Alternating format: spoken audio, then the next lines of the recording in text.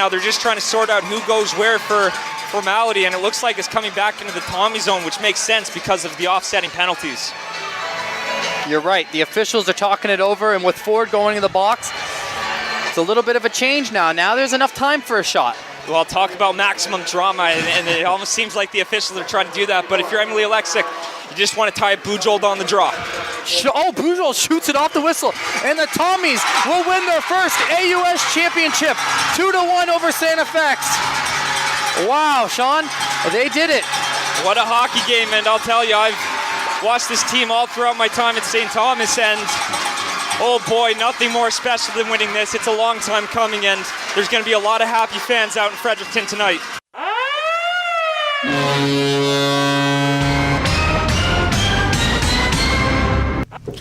Hello, everybody, and you're listening to Overtime Radio here on CHSR 97.9 FM in Fredericton, New Brunswick, Canada. And that was the literal last minute of play in the third period from the AUS Championship Game 3. Although, unlike this show, there is no overtime required, and St. Thomas captures their first championship, AUS championship, in their women's hockey program's history. Yes, indeed. They have 2 men's banners from 61 and 2001, and no women's banners until Thursday. Yeah, so 61 and 2001 were the other two? Yep. So like 40 years between the first two. For men. Yeah, 18 years between the next Between the one. Men's last banner and the women's first one, the yeah. women's first banner, so Yep. hopefully it doesn't take that long for another one to come I don't think it will. This team's pretty good. Yeah, absolutely. So you were at the game, and of course we heard our very own Sean Crocker on the call, but unfortunately not able to join us in studio today. No, he's back in Moncton with his family for the weekend because it is officially March break for campus life, and Sean, as he noted in that clip, is still in school. Yeah, absolutely. But yeah, so we unfortunately won't get to talk to him. We've sent him a couple messages. Hopefully he'll get back to us late enough that we can call him in before the show runs out here. Yeah, maybe. But you were at this game. It was. You're at this game, so let's break it down. We should just go through the entire game and what you saw. So of course we watched in the booth after the recording of our last episode, the last period of Game 2. Of Game 2, which was in Antigonish. And very hard fought. They came back from being down 3-2, and the game-winning goal in that game was a goal. Yeah, absolutely. So coming to this game, pretty packed house at Grant Harvey, probably. Yeah, well over 1,000. Really? They said over 1,000, but I would not be shocked if the number was actually closer to like 1,500. Yeah. So I think you can get attendance numbers. Give me 1 second. Let me see if I can find them really quick. Yeah. Officially, it was 1,003. It felt like it was more than that. Yeah. It was packed. Yeah. Was it the best atmosphere you ever seen at Grant Harvey? Yeah, it's probably pretty close. Game 2 against St. Mary's a couple of years ago was also pretty good because St. Thomas was on the brink of elimination and people came out for that home game really, really well. St. Thomas commandeered a party bus for Game 3 at Alumni for St. Mary's. That was a pretty wild crowd, too. Yeah, for sure. But no, there was nothing like this. It was one game winner take all in your building. If you don't go and see that, you're a clown. Yeah, absolutely. So we might as well just get into the actual breakdown of the game. So first period, no score. It's 0-0 after the first. Yes. I'm trying to get the shots. So 10-9 for St. F with a shot. So pretty even first period. Yeah, so what happened was, and I think this is sort of indicative of the way these teams have played, was St. Thomas controlled the early part of the game. The first few minutes were mostly St. Thomas. St. F didn't seem to have an answer for anything that St. Thomas was doing. It looked like the game might be a steamroll. St. Thomas plays really well for the first 10, 12 minutes or so. St. F gets it into the St. Thomas end, gets a little bit of sustained pressure, forces them down. And then it was a lot of what we saw in Game 1, which was a game where St. F steamrolled St. Thomas for the rest of the first period. And at the end of that period, the teams are pretty even. Okay. So no scoring after the first. Then St. F gets on the board early. They again take the lead early on in the game. Liam McLeod a shorthanded goal. Yes, that one was at the end of the first period with about a minute left. St. F takes a penalty. It's Amy Graham takes a hooking penalty. This was like just a good hockey they played. The referees generally didn't call anything if they didn't have to. So this was like an egregious hook to get the penalty call. Yep. St. Thomas doesn't score in the first minute. X clears the puck. St. Thomas is trying to bring the puck back out. McLeod gets them on the forecheck. comes into the top of the circle and just snipes it on Abby Clark. Yep. So it's 3.5 minutes into the second. They get the 1-0 lead again, getting the early lead in the game. So St. Thomas is again trailing, coming from behind and everything. So and then about 4 minutes later or so, Olivia Reed ties it up for St. Thomas. Yeah, sorry, I misquoted my penalties there. That was the Sarah Bujold interference penalty, was the one with the shorthanded goal. Amy Graham did have one that went over the periods, but nothing came from that. I confused my 2 second period penalties there. Okay. So it was Bujold's interference call that led to the first penalty, and that was literally St. Thomas comes around the net, and Bujold's just there. Yeah. Puck gets knocked off the stick, and Bujold decides to take the body anyway, even though the play's clearly over. Yeah, for sure. So Olivia Reed would be named player of the game for this game. And if it was entirely because of this one goal, I would have zero problem with that. I'm tempted to edit in the call afterwards. I have no idea how good the call was. So I'm going to say right now, this is one of the best goals I've ever seen scored in a hockey game in person. Okay, why was that? Reed gets the puck outside of the St. FX zone, breaks the blue line, comes in. It's essentially her and the defender, and she has the angle on the defender. It's a partial breakaway. Mm-hmm. It is a partial breakaway. Defender comes back, trips Reed. Like, it's a trip that they don't call. Like, I don't care what anybody says. It's a tripping penalty. Reed gets a whack at the puck as she's going down. It hits Molnar in the pads, trickles behind the net. Reed slides into the boards. There's another ex-defender that's now coming in to collect the puck. Reed, after just getting tripped in a tangle of bodies, gets up, reclaims the puck behind the net, beats the second ex-defender, wraps it around. Puck hits Molnar in the pads, rebound comes back out to Reed. Reed takes a second whack at it, it goes in. Wow. So she beat like 3 different ex-players on that play, including the goaltender? I mean, yes, if you include the goaltender, 3. And it was entirely like a Herculean individual effort. Yeah. Where essentially her like thought process must have been, this game is not ending 1-0. I am tying it right now, and I don't. You could put, 3 people on her back or something like that. Yeah.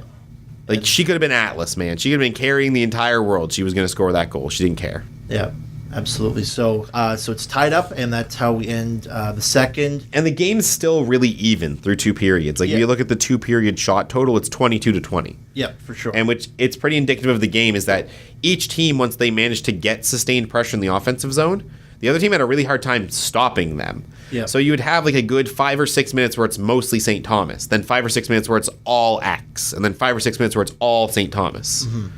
So we get into the third period, 5 minutes. Of note, really quick, before we get into the third period, none of the goals came from that, though. They were all like broken plays or like seemingly broken plays or big individual efforts or like picks dominated offensive zone. None of the goals came from that. Yeah, fair enough. Yeah, so a good game by both goaltenders up to this point, I'm assuming, as well.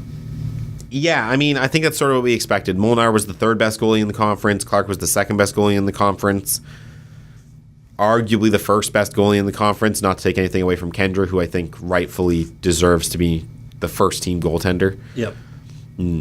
Clark even said in one of her post-game interviews that she felt kind of slighted that she wasn't the first-team All-Star. Yeah. There's good goaltenders in this conference. Lots of them. Yeah. So coming like just being in the top 3 is an achievement in itself for sure. Yeah. So we and the thing was, we expected this series to be a bunch of goaltending duels, but it was a 4-0 blowout from X, a 4-3 shootout, not an actual shootout, but essentially a gunfight. Yeah.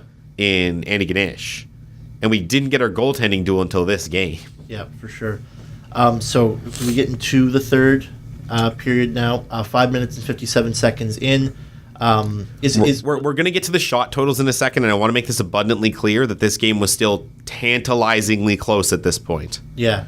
So Lauren Legault gets the eventual game winner. Yeah. So what happens is Alicia Gilbert chips it up to Danielle Ring. Ring takes it across the blue line. X-player decides to take the body, and we say this all the time. If you're going to take the body in a hockey game, you have to take the player out of the play. Yeah. She can't take Ring out of the play by herself, so her defender has to leave the slot to help her force Ring off the puck.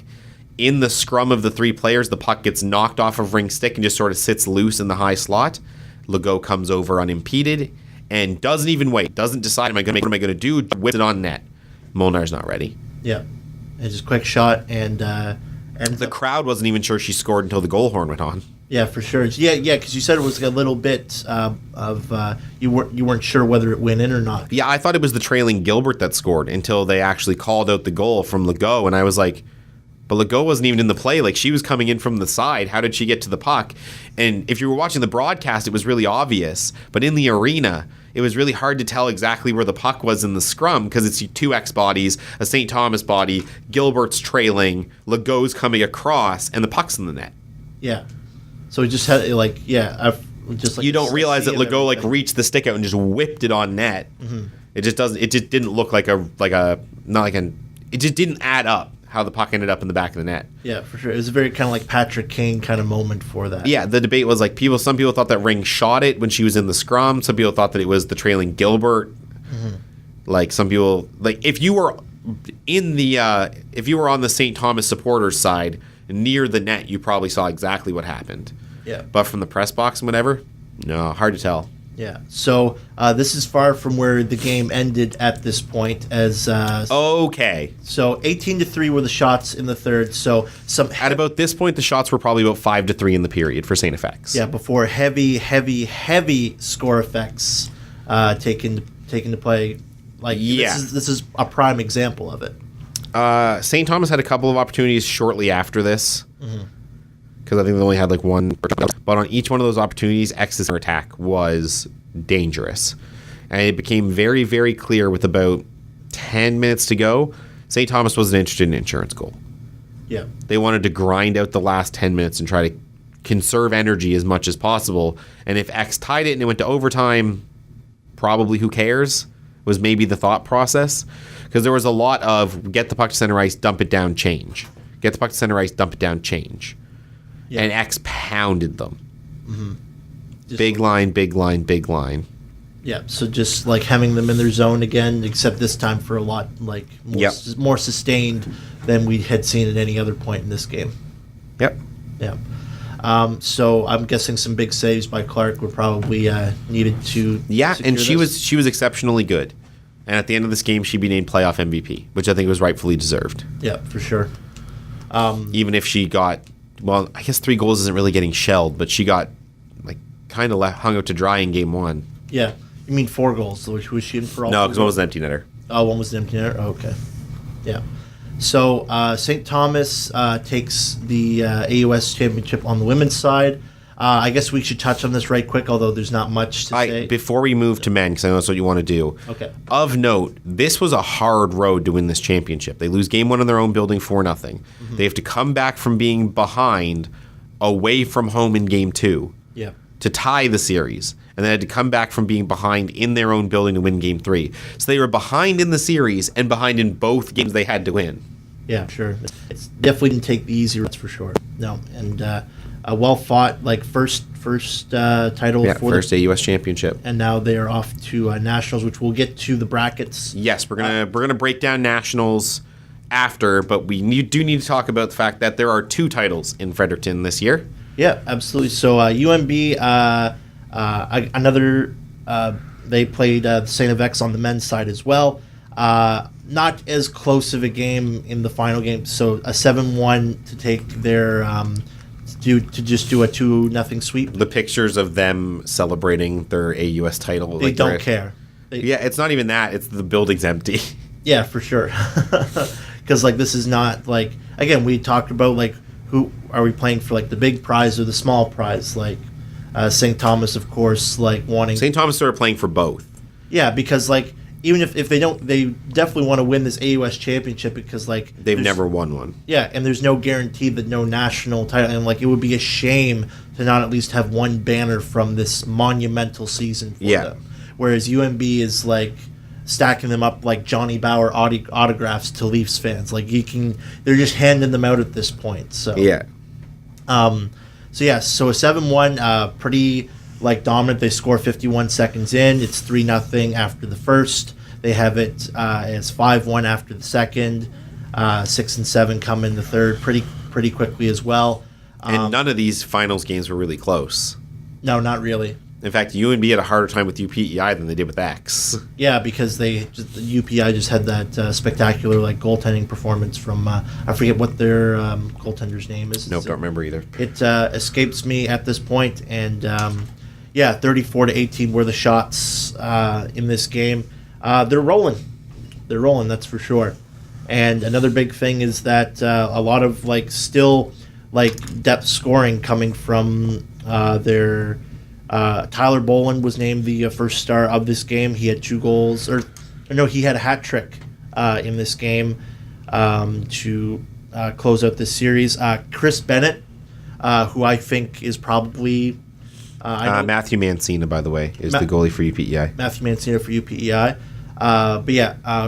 Chris Bennett with a goal and an assist as well in this game. Was named playoff MVP for UNB. I think that's well deserved. I think he will by this time next year be considered the best player on this roster, especially after the likes of Clapperton and Brace graduate after this year. I'm pretty sure they are. So probably be Bennett and Mark Simpson and everything like that.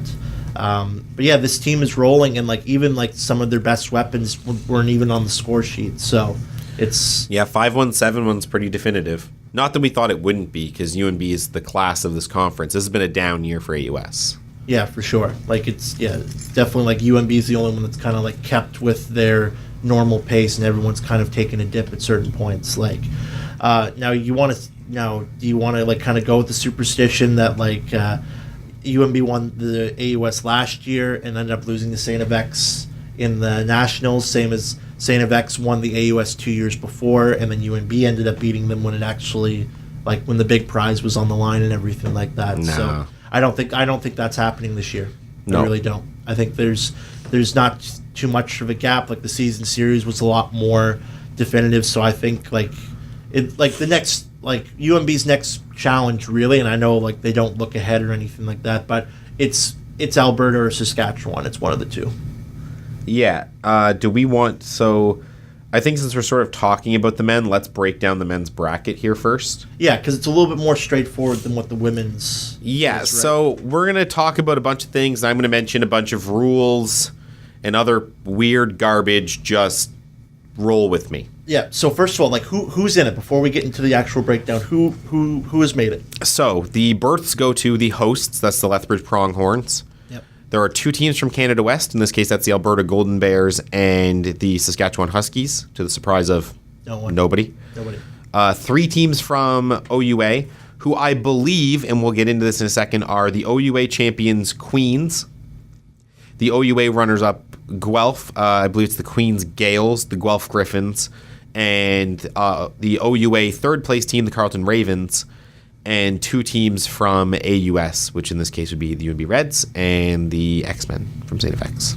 Yeah. So if we were ranking them based on their U Sports Top 10 rankings, that would be number 1 Alberta, number 2 UNB, number 3 Saskatchewan, number 4 St. FX, number 5 Queens, number 6 Guelph, number 8 Carleton, and Lethbridge isn't ranked. Okay. So Ottawa and McGill were the 2. Ottawa, McGill, and St. Mary's round out the top 10, and they didn't qualify. Okay. So, and now this isn't anything official at the time that we are recording. Yes, because this. Officially the last top 10 of the year will come out on Tuesday, and the seeding is based on how this top 10 lays out. So I'm doing a little bit of bracketology here and projecting what the bracket will be. I'm going to give you guys a couple of variables here that might come into play. This is going to be a bit of a heavy tournament formatting section of the show, so I'm just going to ask you guys to bear with me. Yep. If you have any questions, you can find us on Facebook at Overtime CHSR. All right. So what nonsense are we dealing with on the men's side? Okay, so here are the rules for seeding. First things first, I want to mention the one kind of caveat that I think if I don't mention sort of causes a couple of issues. Okay. Which is that the representatives are officially listed as the OUA champion, the AUS champion, the Canada West champion, the hosts, an additional Canada West representative, which in this case will be the runner-up, but it doesn't say it has to be, an additional OUA representative, an additional AUS representative, and the hosts. That's 7. The 8th one is officially listed as an RSEC representative. Okay. But RSEC doesn't sponsor men's hockey. They play in OUA. So it says RSEC representative plays in OUA East. So I don't know for sure if it's actually going to be Carleton. Okay. It might have to be a team that officially has membership in RSEC. I think Carleton does, so I think they actually meet the qualifications here. Okay. But I'm not sure. So as I go through this, be aware that Carleton might be replaced with a Montreal or Quebec-based team. In this case, it would almost for sure be McGill. Okay. Okay? All right. So going forth from there. Going forth from there. And this is where things get interesting because seeding doesn't have to follow the top 10. It's not like you just rank them best to worst. I just listed the teams best to worst by ranking. That's not how they're going to line up. Because the other rules are the champions have to be seeded 1, 2, and 3. Okay. Based on where they are in the top 10. So that means that Alberta's going to be the number 1 seed. Okay. Assuming that the polls don't change. I can't imagine they will because Alberta won their title and UNB won theirs. UNB is number 2. Mm-hmm. Queens is number 3. Okay. It also states that the OUA representative or the OUA runner-up has to be number 4. So that seed goes to Guelph. So there are your 4 seeds. For people who don't know how the bracket lines up, 1 and 4 are on the same side, 2 and 3 are on the same side. They don't reseed. Now, for the bottom half of the bracket, which is the runners-up and the hosts, they're seeded as closely as possible to their top 10 ranking. Okay. With one notable exception. Technically 2, but we'll get into the second one in a second. Teams from the same conference can't play until at least the second round. Okay. So in this case, even though Lethbridge is the worst team in the tournament, they can't play the 1 seed because the 1 seed's Alberta and they're already from Canada West. So you're required to switch the bottom seeds to avoid that matchup. Mm-hmm. Which means that Carleton, who would be the 7th seeded team if you followed the rules for seeding, gets switched down to the 8th spot. Yeah. And have to play Alberta in the first round. Which is no real different than what their fate is anyway. They either play UNB or they play Alberta anyways. It's disappointing for Carleton, I think, because they're the best OUA team left, and they're going to get the worst matchup. Yeah. I could feasibly see a situation where maybe if they'd won the championship and they played X in the first round, that they might actually win a game.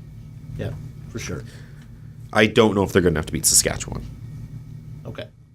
But we're speculating, right? Yeah. So is that the other stipulation you were talking about, or is it a different one? No, the other one is... So if we do that, everything else works out fine. The first round's Alberta against Carleton, Guelph against Saskatchewan. That's fine. It technically leaves a road for Canada West and OUA teams to meet in the second round, but that's fine. So that would be the number 1 seed, number 1 ranked Alberta against number 8 seeded, number 8th ranked Carleton, number 4 seeded Guelph, number 4 seeded, number 6th ranked Guelph against number 5 seeded, number 3 ranked Saskatchewan. 3 seed Queens, who are ranked number 5, against 6 seed X, who are number 4. Interesting thing here, poll bias. We talked about poll bias in the U Sports polls all year. X wasn't ranked before they made the AUS final. Yeah, that's true. The second they made the AUS final, they were immediately number 4. They jumped all the OUA teams. Yeah. Because over the last 3 years of the national championship, the OUA teams are 0-9. Oh, at nationals and everything like that. Yeah. Yeah. Yeah, because they were both. Yeah, second round the last 2 years, it's always been like no OUA teams are left. They're all gone. So. Yeah, so it'll be 3rd seed, 5th ranked Queens against 6th seed, 4th ranked St. FX. So basically, they took St. Mary's spot once St. Mary's was knocked out by UNB. Or no, nor did St. FX. Technically, they were lower than St. Mary's, but it's fine. Yeah, Okay, you're essentially correct. Mm-hmm.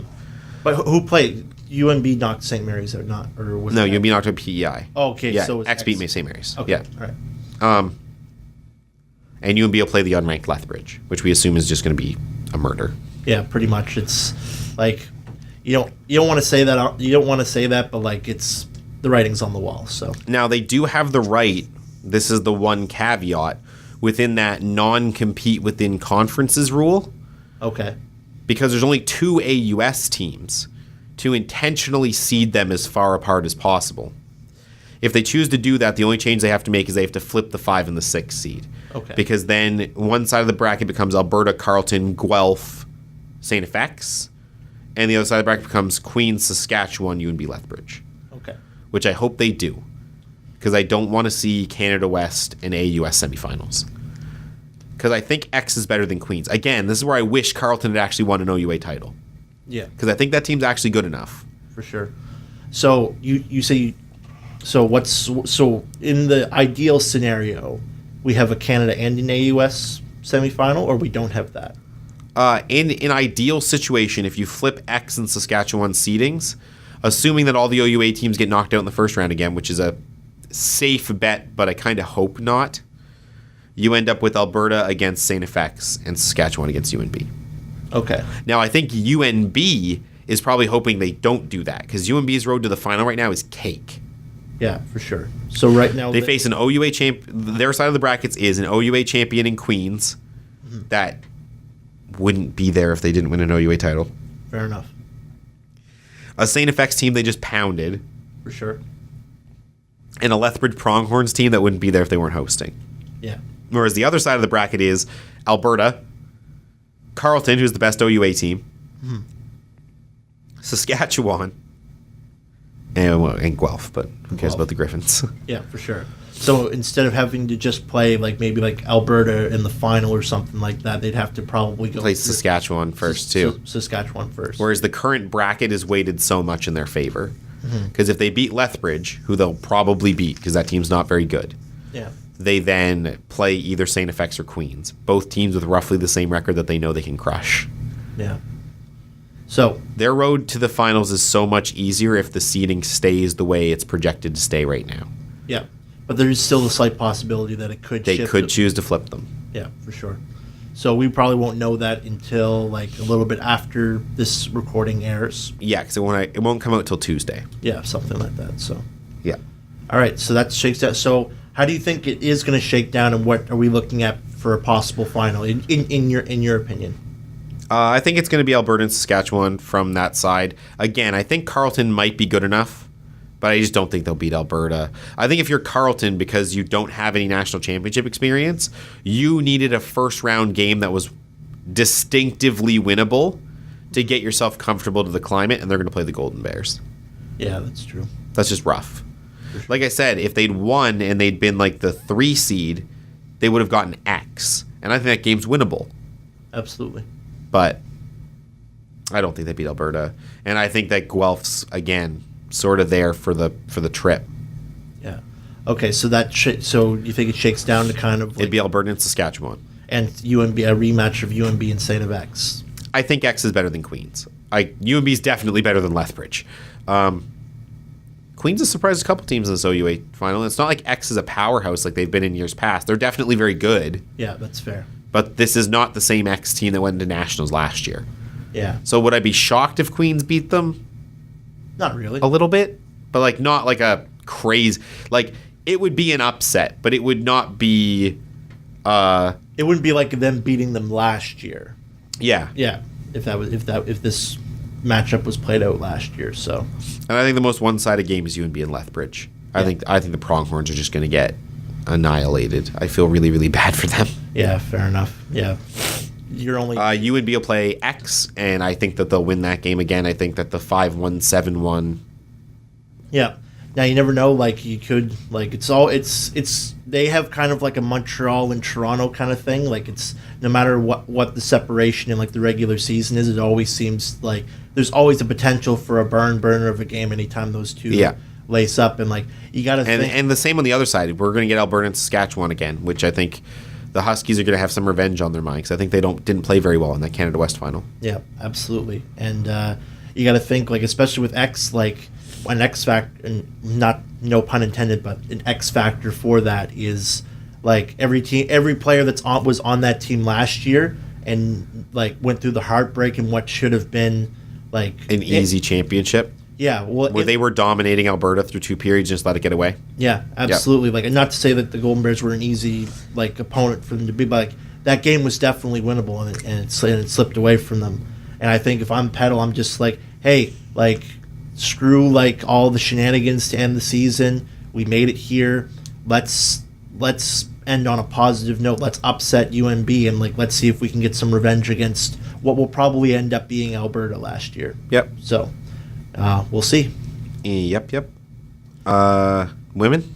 Women, yeah. So the women's side of the bracket. So A few more things. A little bit less confusion here because RSEC actually exists. Okay. So champions have to be ranked 1 through 4. Again, you have to preserve matchups where 2 teams from the same conference can't play for as long as possible. So in this case, because there's only 2 teams from each conference, the brackets on each side have to be 1 team from each conference. Okay. So it's a little bit easier in the sense that there's no extra berth wonkiness. Okay. So who's in for the women? So it will be number 1 ranked Alberta, number 2 ranked Montreal, number 3 ranked Manitoba, number 4 ranked Guelph. We're going to talk about this in a second.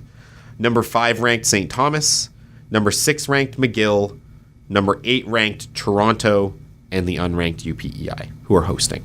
Okay. So, champions have to be seeded 1 through 4. So Alberta's 1, Montreal's 2, Guelph is 3, St. Thomas is 4. Assuming nothing changes, we're going to talk about Guelph in a second. If that happens, you end up in the same situation that you sort of ended up in before, but for a slightly different reason, which is that because St. Thomas is the 4 seed, they're on the same side as the bracket as Alberta. Alberta can't play UPEI. Puts 2 AUS teams on the same side of the bracket. Okay.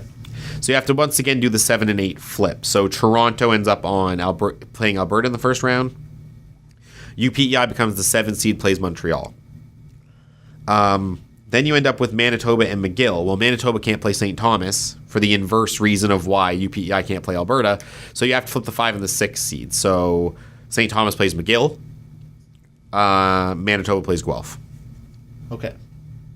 So with that, so what are our matchups? Our matchups would be number 1 seeded and number 1 ranked Alberta against 8 seed, 8 ranked Toronto.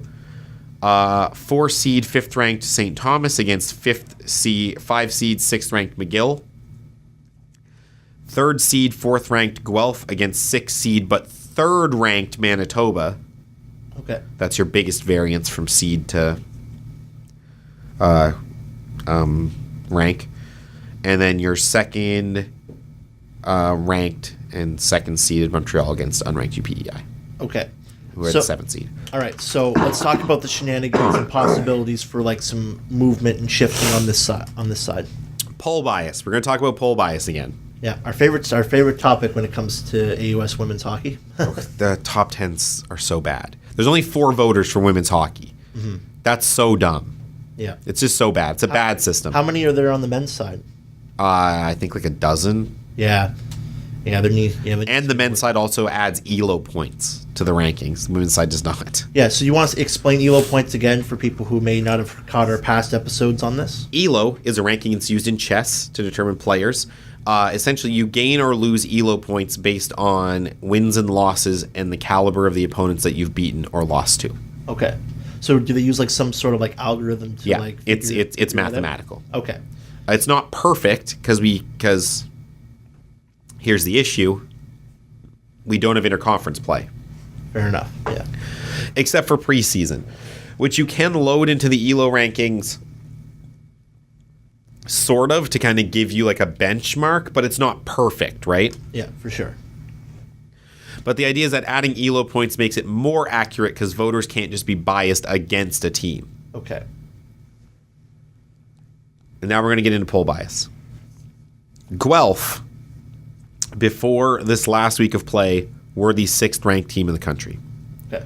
Guelph qualifies for the OUA final. St. Thomas loses game 1 to St. FX. We checked the polls on Tuesday, and Guelph is now ranked number 4. St. Thomas is now ranked number 5. Okay. Which is, a lot of people think OUA is a better women's hockey conference than AUS, and that's fair.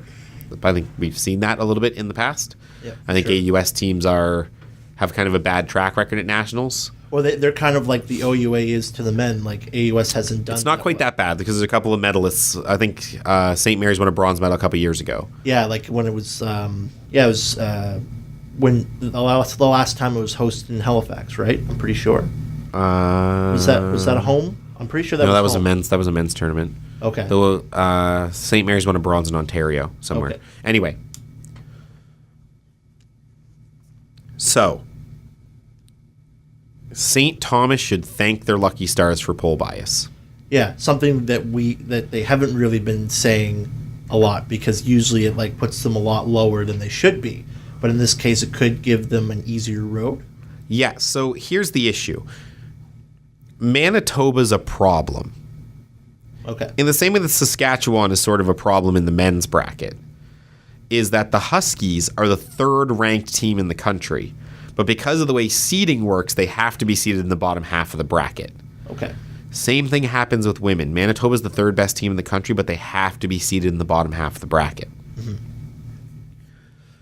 What this means is if St. Thomas stays below Guelph because the champions have to be seeded based on their top 10 rankings, St. Thomas gets the 4 seed, which puts them on the same half of the bracket as Alberta, which means Manitoba can't play them. They have to play somebody else. Okay.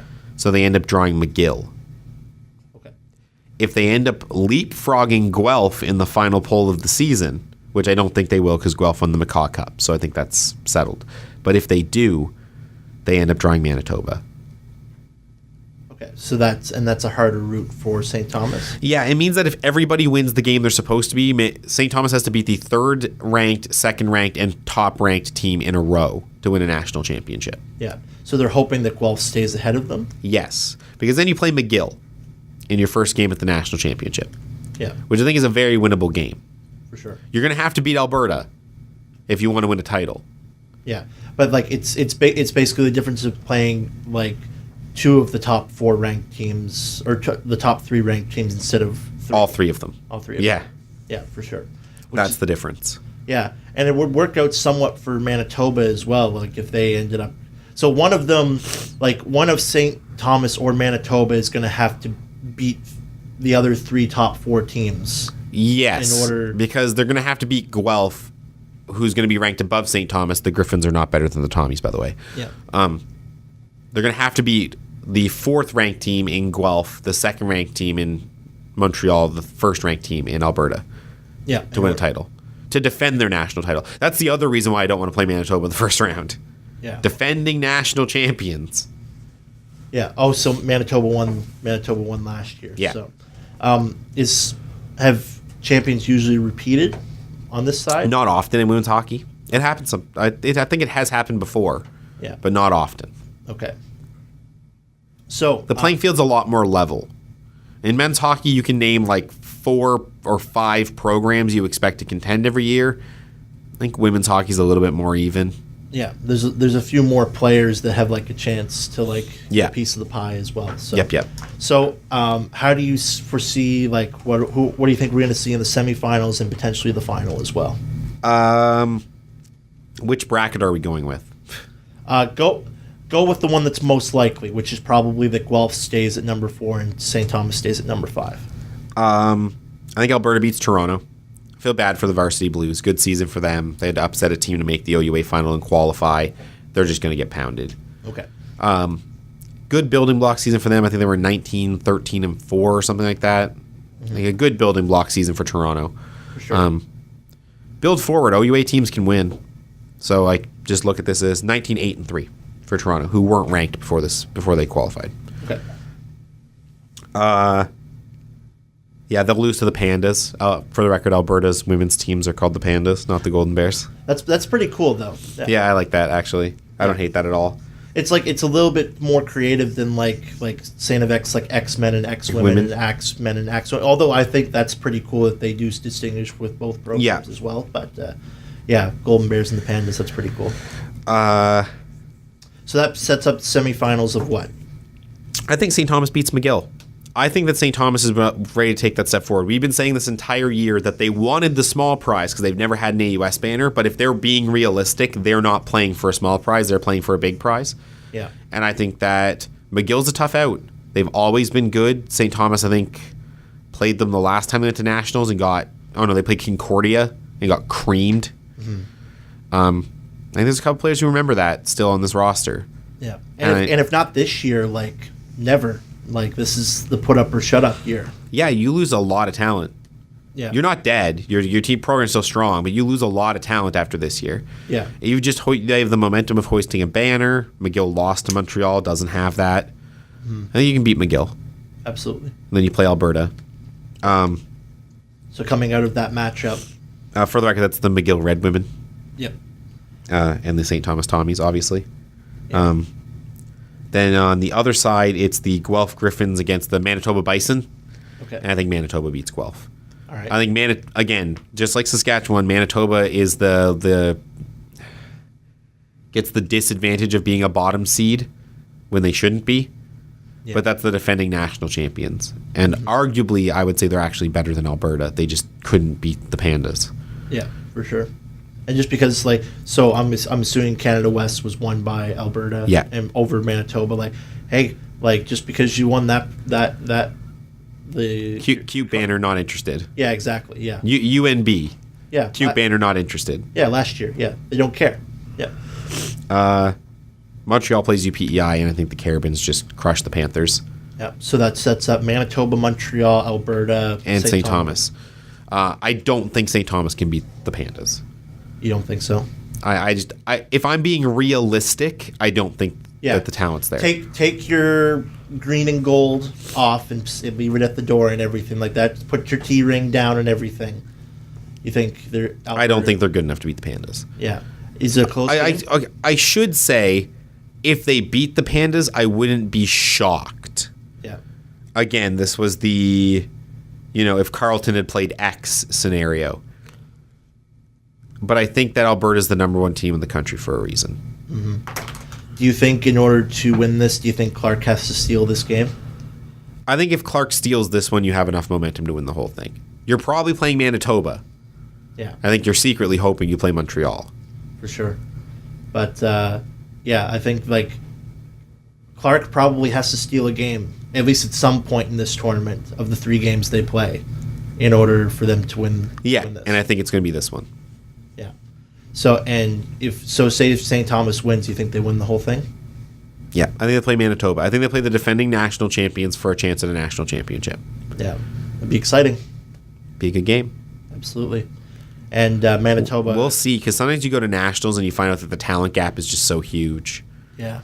Like last time they went, they weren't AUS champions. They ended up as the 8th seed because, once again, conference shenanigans. Played... actually, it wasn't Concordia, it was Guelph. I said Concordia, it was Guelph because of how they had to switch the hosts and stuff around. They lost to the Griffins 3-0. Yeah. Only generated 13 shots. It's... You kind of get that kind of feeling, if you're running... It's kind of a second heat feeling. That's a track and field reference. Yeah. So pretty much when you go to if you run your qualifying, say in the 100-meter dash or something like that, but if you qualify, you ran the 9th best time, you'll feel like you ran a super fast time because you'll be the fastest person in the second heat, but the championship heat, all those 8 people are above you kind of thing, and there's there's a possibility that the Tommies could probably run into that as well. Yeah. Yeah. So I think more than likely it's going to be a Canada West rematch for the title. Alberta and Manitoba. Yeah. And who do you think takes it between those two? Is it Alberta or is I think Alberta's shown they can beat the Bison. I really want Manitoba to repeat if they get the opportunity, though. Yeah, for sure. And that's pretty much it on... we didn't do a full breakdown of the men's. I think UNB beats X. I don't know who wins between Alberta and Saskatchewan. I'm going to say Alberta, probably. Yeah, I think that's a safe... And then UNB gets a shot. Yeah. I think Alberta's going to be tough because they're defending. And it's in Lethbridge, which is not that far from Edmonton. Oh, yeah, that will be a golden... That'll be a very pro-Golden Bears crowd. Yeah, and there's going to be... Well, it'll basically be the way UNB treated X last year. Yeah. And everything like that. There's going to be a lot of hostility because Alberta doesn't think UNB's anything. Because I think an Alberta St. Thomas women's hockey semifinal would be fun because the entire arena would be green and gold. Yeah, it would definitely take some of the Like, you definitely wouldn't know like who the crowd's going for. That's for sure. Because both of those schools have green and gold as team colors. Yeah, that's funny. I guess would they have to wear like alternate jerseys or something like that? Well, St. Thomas is one of St. Thomas's jerseys is black. Yeah, that's true. So they would probably have to wear that in the final. Yeah, and then Alberta would probably wear their whites or their yellows, because I think Alberta doesn't actually have white jerseys. Their light jerseys are yellow. Yeah. So I think that they, although I don't know if that's true for the Pandas, because the Pandas are more of a green and white color scheme. Okay, they have a little bit different. Yeah. But yeah, I think that St. Thomas probably have to wear their blacks for that game. And then Manitoba's primary jersey color is black with gold accents. So St. Thomas is definitely wearing their whites if they make the finals. But Yeah. So is St. Thomas, would you consider that like probably the biggest upset possibility? beating Alberta? Beating Alberta? Oh, I mean, no, I could beat Montreal. No, I mean like of realistic, like if you had to like choose someone who's going to be like the upset team, the Cinderella story kind of thing, it'd have to be. I think St. Thomas is the most realistic team. They've been ranked in the top 4 all season. The only reason they're not ranked in the top 4 now is poll bias. Mm-hmm. It's probably St. Thomas. And what about on the men's side? Who do you think has the best chance? Like if there was going to be like an upset, is it St. FX? Probably the most likely, or is it Saskatchewan? I'm actually going to kind of dark horse this and say Carleton. You think? If you can find a way to beat Alberta, who the heck's stopping you? Yeah, that's true. If you can beat the best team in the country and the defending national champions, when you're the only reason you're not the top seed out of OUA is because you lost your semifinal series, like they're 22-8-5. Yeah. That's a respectable record. It's not Alberta or UNB good, but it's respectable. Mm-hmm. If you can knock out Alberta, who's going to stop you? Yeah. So you think for underdogs, you're picking St. Thomas and Carleton? Yeah, I wouldn't be shocked if the Ravens won a game. I think if they won a game, you'd be shocked. It's a big upset, but I think that I think they're capable. And I think that's where you have to look at it, is I think the two teams that could surprise but still realistically beat Alberta are your key upsets. I think it's Carleton, and I think it's St. Thomas. Saskatchewan can realistically beat Alberta, but I don't feel like that's really an upset, so I avoided picking that one. Yeah. And I don't think X beating Queens is really an upset, so X would have to beat UNB, and I just think that they've just shown that that's not a thing they can do. Yeah. So I'd rather take the gamble on Carleton, even though I feel like that's still even less likely. For sure. No, I get your line of thinking there, for sure. So I guess that pretty much is it. Like, yeah, that's your national championship tee-up. Both national championships start Thursday. Men's is in Lethbridge, women's is in Charlottetown. Yeah, so pretty much like 2 more episodes of talking about AUS hockey for this season. Yeah, Friday and Monday. Friday, yeah. We'll know like the results of the first game by the Friday show. When are we recording? Or are we recording? We're recording Thursday night. Thursday night, so we'll but know. We will know the first day's results by then. Yeah, for sure. All right, so we got about 12, 13 minutes left, a little bit less, maybe like 10 minutes left to just go through some news and notes things from around. Oh, one thing I guess we'll keep it more like hockey and in our own backyard. Something we need to talk about is longtime equipment manager for the St. John Sea Dogs, David Kelly, passed away this week after his long bout in battle with cancer. Some very nice tributes going out from the around. I know UMB men's hockey. There's a couple players from there that have either like played in like the queue and everything like that, or if I'm not sure if there's any former Sea Dogs there. I think there might be one. I'm not sure. I wouldn't be surprised. Yeah, but giving a pretty fitting tribute. There are even people like I saw Tara Sloan, host of Hometown Hockey, who apparently when Hometown Hockey came through St. John a couple years ago, was able to was met with David Kelly and everything like that. So some really great photos from like their championship, QMJHL championship from a couple years ago. But yeah, so it seems like he touched on a lot of people in this community, especially in hockey as well. I know Sean. I wish we could have Sean on the phone for this, because he said he had some stories. Maybe we'll tell a little bit about that next show. But definitely seems like he touched a lot of people and was a big part of that organization, a very loved part of that organization. So our thoughts go out to his family. Yeah, sure. Indeed. Cancer sucks. Yeah. There's no Alex Trebek. Yeah. Yeah, that's he's stage 4, which is like I like the whole like he came out and said he's going to fight it, and he like acknowledged that it's like like a 2 or 3% survival rate. Yeah, it's up to that stage, and then he's going to try and beat it and do the show through it. But like that's a Mount Everest if there ever was one to climb. So it's affecting people big and small. Yep. Scary. So with that, we can run through a couple other things, some just notable things. I guess we'll stick a little bit with hockey. We'll start with some injury notes. Someone, I guess it's some Vancouver Canucks-based news, but Brandon Sutter out 8 weeks. Yeah. So I guess that's the rest of the season that he's pretty much shut down for. Yeah, and the Canucks aren't making the playoffs. Yeah, they're a little bit too far because it's down to who? Is it Phoenix and Colorado who are pretty much who are battling for it? Because Darcy Kemper has had quite the back half of the season. Yeah, and it might be advantage Coyotes because Gabriel Landeskog out 6 weeks with an upper body injury. So that's a huge blow to Colorado's playoff hopes there. So a big hit for them as well. Quinn Hughes is apparently supposed to sign with the Canucks later this week. He's done it in Michigan because they got eliminated. So yeah, I heard the exploit. They were talking about it on headlines on Hockey Night in Canada last night.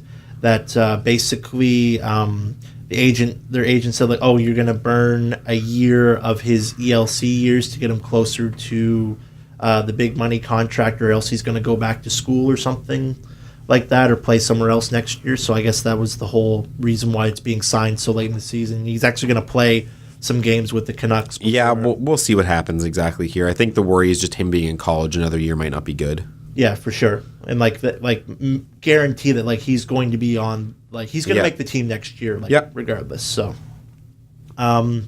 so with that, a couple milestones in the NHL. Holtby becomes the second fastest goalie to 250 wins. Yeah. Yeah. He's still criminally underrated as a goaltender. Sure is. Yeah. It's not usually until like it's everything with Washington. Like we know you're good in the regular season. No one appreciates you until playoff time.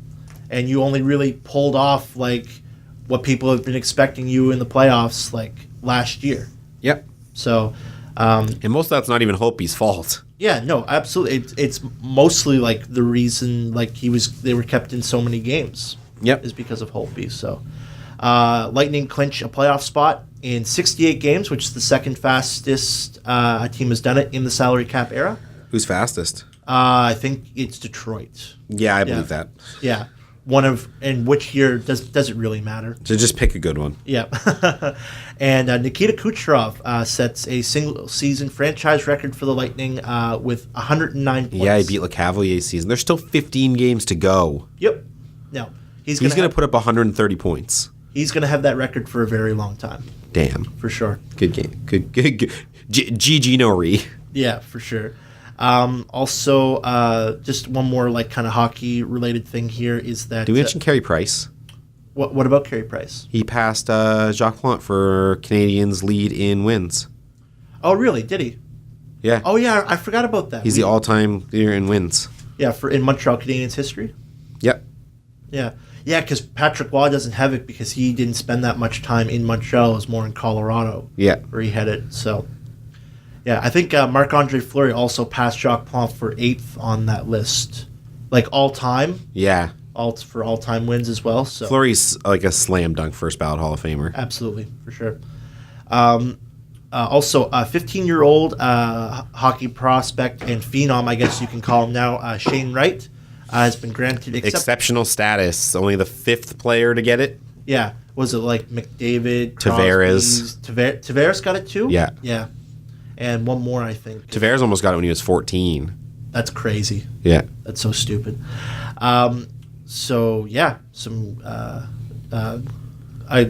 be cool to see like how he kind of progresses and everything like that. And 15, even with exceptional player status, that's a scary thing to do to make that leap into junior and everything. So with that, we can talk just to glance over a few things. Raptors clinch a playoff spot. Yes, they do. Yeah. I don't think that was really a doubt, though. No, for sure. And it's not as kind of impressive as like the Lightning clinching their spot and everything like that. All right, just a couple more minutes left to go here. One thing from the NFL, Antonio Brown is He's a Raider. He's a Raider. Don't care. Yeah. So apparently they made some additions to his contract that they're taking on. Is that there's now $30.125 million in guaranteed money, which I guess is probably what. Apparently he nixed the deal to the Bills already too. Oh, really? Yeah. Yeah. Just dumb. I'd rather go to Buffalo. Yeah. So I guess that kind of makes sense why he would go to a much poorer Raiders squad as opposed to staying with the Pittsburgh Steelers. I mean, the Raiders squad's going to be in Vegas in a year. Is it actually? Yeah, they're moving to Vegas. They're moving to Vegas. Yeah. Well, hopefully they have the Golden Knight effect on them because that team's been bad for a long time. LeBron James passes Michael Jordan in all-time points for an NBA player. I believe Jordan was fourth. So now I think he's like a couple thousand away from Kareem's. From Kareem. He's the GOAT. LeBron's the greatest of all time. Yeah. I'm sorry. Like, I appreciate you, Jordan fans. I understand you, Kareem sympathizers. LeBron's the greatest of all time at me. Yeah. Like, even with all like the stuff like how he has run coaches out of organizations and is supposedly not the best teammate to play with. But it's all of his problems are personal drama. Yeah, but he's still the best player. But didn't Jordan have the same kind of things at certain points? Like, you gotta, he was not without ego. That's for sure. Yeah. And one last thing to finish on. Great fight last night, UFC Wichita fight night. Not the greatest fight card, but a pretty good main event. Derek Lewis. Results seemed exciting. Yeah. Derek Lewis and Junior Dos Santos now have a combined 33 KOs all time between each other, like in their careers and everything. Because Dos Santos knocked Lewis out? Yeah, absolutely. Lewis took a very stiff kick to the body, which happened in the fight night when he was headlining in Halifax when I went to go see him, which he very colorfully said afterwards that he needed to use the bathroom the entire time after getting kicked in the stomach by Travis Brown. So he gets kicked in the body really hard in the first round, manages to survive it, but in the second his movement obviously was very compromised, and Junior Dos Santos, who has very much revitalized his career at this point, just was too much to handle in that condition. So probably will fight Francis next. That seems like a pretty good matchup. Yeah. The next thing. So, but yeah, good on Junior Dos Santos and big heart on Derek Lewis for hanging in there as long as he did. One of my favorite fighters for sure. But yeah, good win. It was a good card. Good main event. Otherwise, kind of lackluster card. But yeah. So we'll probably see Junior Dos Santos and Ngannou or against someone else, top contender, here pretty soon. Perfect. Well, that's been your news and notes. That's all the time we have here on Overtime Radio here on CHSR 97.9 FM. We'll be back Friday from 2 to 3 here with some more breakdown of the AUS Hockey Championships, and we'll have Sean come on and talk a little bit about calling Games 1 and 3. I also helped him call Game 1, but we'll talk a little bit about the experience of calling the AUS Championships. So yeah, we will see you guys on Friday. Thanks for listening to CHSR 97.9 FM.